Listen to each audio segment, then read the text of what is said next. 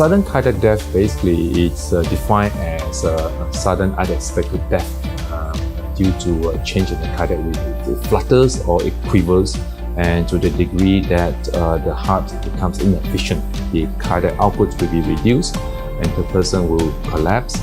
And if treatment is not instituted early enough, the person will obviously perish. The reason for the sudden cardiac death and why the heart stops is because sometimes when you block off the artery, majority of time you just get pain, and then you still get pain, your heart is still beating, and you still can come to a hospital. But in sudden cardiac death, what happens is that you block an artery, it affects the electrical activity of the heart. Our heart goes into what we call an electrical storm, or we call it ventricular fibrillation, and the heart stops.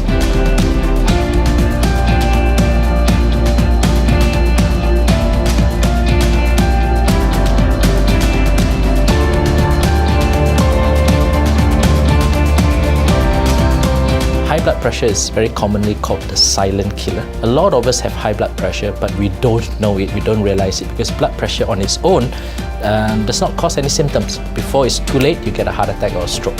Hereditary, also called genetic factor, do increase our risk of getting heart attack. For example, you've got the strong family history of high cholesterolemia, or you've got the strong family history of the cardiovascular disease, namely heart attack or stroke.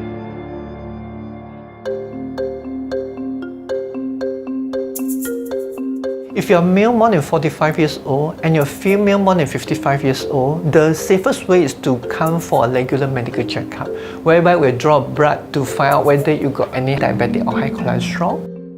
Then we'll at least put you on the treadmill to assess the health condition of your heart.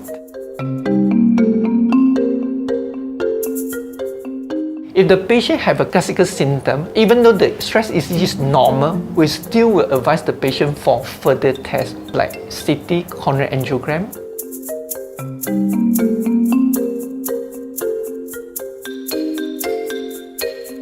For anyone who suspect they have heart attack, the first thing is to seek a medical advice immediately. If you have an aspirin at home, first thing is to swallow the aspirin. If possible, they should actually call the ambulance or get their spouse to drive them immediately to hospital. Never drive yourself.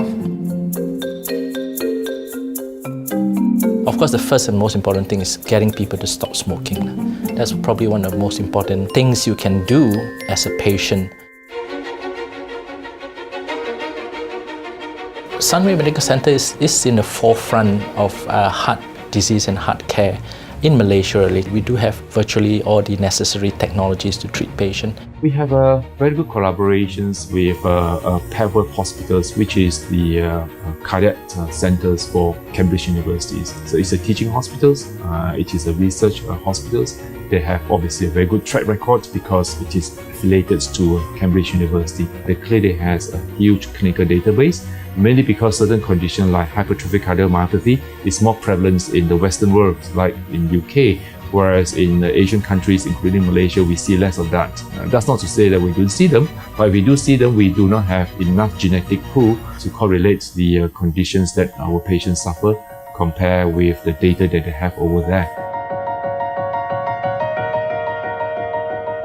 Time is of the essence. The quicker you go in, the larger the amount of muscle of the heart we can save. So every minute counts. So the quicker we go in, the faster we can save the patient.